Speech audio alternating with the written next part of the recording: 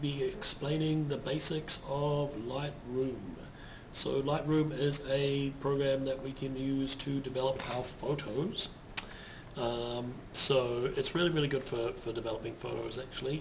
So yeah, and it's quite easy to use as well. So we can open up Lightroom. It should be just down in the Start menu. So if we click on the Start icon and we look for Adobe Lightroom, so it should be down here, and Adobe Lightroom. There is also Adobe Lightroom Classic. For this tutorial we're using Adobe Lightroom, so that one there. You can also just click in the bar there and type in Lightroom. Oops. Adobe Lightroom. Cool. So once you click on it, it will load up. It may take a little while to load up. Who knows? But once it has loaded, you will get this screen here. Now it may ask you to log in with your Adobe Creative Cloud to Adobe Creative Cloud, sorry. So if it does that, then you just need to use your student ID now, your student login details for your computer. Sorry. Okay, so we'll come up when it does load up. It'll come up with this screen here.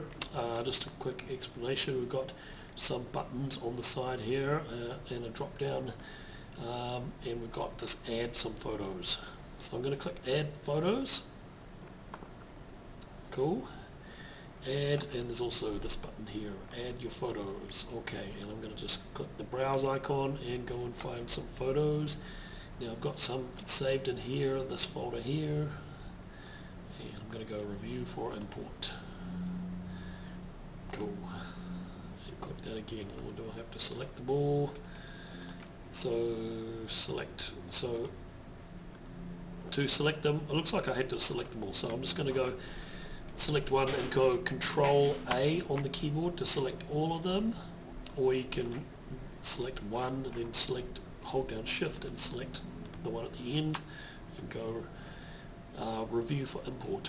So Control A to select everything, or the other way that I just showed you, and review for import. Cool. Then it will import them. So it says photos will be synced to Adobe Creative Cloud. That just means that it will sync them up so that if you load this up on your computer at home, you'll be able to see your photos, which is pretty cool. And there's all my photos there. So if you want, this is a good stage where you can select which photos you want to work on and which ones you don't want to.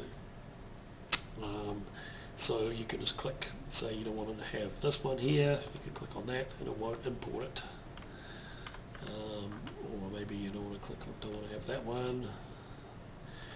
It's up to you, really. For the purposes of this tutorial, I'm going to import all the photos though, so I'm just going to go, once I'm happy, I'm just happy like that, so I'm just going to go add 47 photos and it will add them all, just like that. Cool, there are my photos.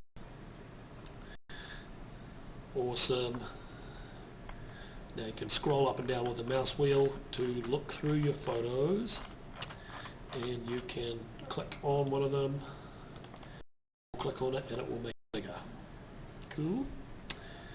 And then all your photos should appear down the bottom and you can scroll through them. Cool. Some not so good ones there and some not too bad ones.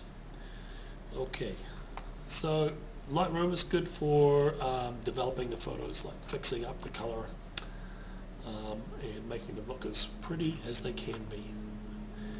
Now most of your photos, well all of your photos, if you're using DSLR, should have been shot in as RAW files, which means that we can do lots of color correction to them if we want to. They are basically uncompressed photos, which means they are bigger, but we can do a lot more to them. We're up to processing. So what we're going to do is develop these photos. So if you click this little slider button over here, there's a few buttons that you can click on, but we're going to click on the slider one, which is our control for developing our photos. So we've got a few controls down the side here. Exposure, contrast, highlights, shadows, whites and blacks. And then we've got our color temperature ones. So we can adjust for each individual photo. If we've got it selected down the bottom here, we can change things like the exposure, make it brighter or not so bright. We can add more contrast. We can adjust the highlights, which are the brightest parts of the image, or we can bring them down to try and bring some detail back into the more overexposed parts of our shot. We can do the same with the shadows, so bring the dark parts up or down, make them lighter or not so light. We can adjust the whites and the blacks as well, so the whites are whiter or lighter or not with that control. And there's also the blacks, we can adjust those as well. Depends what you're going for. And we can also change the color temperature, which is here. So things like the temperature, we can adjust the temperature so it's bluer or whiter, or sorry, not whiter, but more orange. And the tint, we can make it greener or more purple. And the vibrance, which is just brings up the vibrance of your photo. And the last one is the saturation, so we can make it more saturated so it's more colorful, or less so it's black and white. So saturation is the amount of color in our image. And we've also got some other controls for effects, such as texture, clarity, dehaze. You can just play around with those if you want, see what they look like. There's a vignette control, we can add in some grain.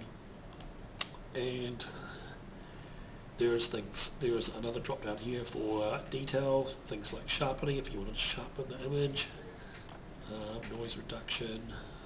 If you've got noise from having a high ISO, you can try and fix that there. And there's some more controls that you can play with. I would advise you to just have a bit of a play around and see what things do and what they look like. And you can also just push the auto button as well. So let's go to another shot. So let's go, okay, I've got lots of shots and I want to, I'm in a bit of a hurry, so I might want to try the auto button and see what happens. And then if we look at what it has done to fix the photo, that's where the auto button is really useful. If you've got lots of photos you want to process and you're in a hurry, that's what it's useful for. And there's also a black and white button if you want to just make everything black and white. Cool. There's a few other things here that you might want to play around with: the transform, or the crop, and rotate and flip. If you would need to fix a shot that's been rotated or want to crop in on something, those are good for that. I'm just going to go back to the color correction, and there's also a healing button for fixing stuff. And yeah, cool. So click on that one, really overexposed, go auto, and it does its best to try and fix it. Cool. Alright, so once we have done all of our developing for our photos, we can export them as JPEGs, because these will all be saved as raw files. So once you're happy with all your photos, go on through and develop them all. Then you select them all, select one, go Control A, no that doesn't work, or select, hold down Shift, select one, hold down Shift, and then select the one at the other end. That seems to work. And we're just going to go up to Share, Export, and we're going to export them as JPEG small or large. I'll probably go for small, just for saving file space. And if you want to share them on Instagram or whatever, then small is good. So then we do that, and we just tell it where we want it to save. So it'll come up with this icon, this window, Here we go, select where we want it to go. So I'm going to go, I want to set it to the desktop.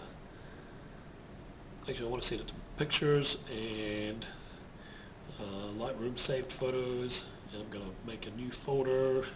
So I'm going to create one by going right click on the mouse and go new folder, call it my pics,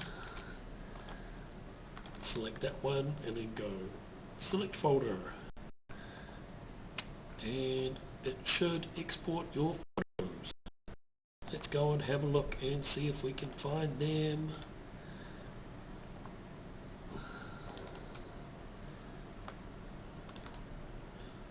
And there we go. So it is currently exporting them all. And that's the end of my tutorial. Thank you for watching.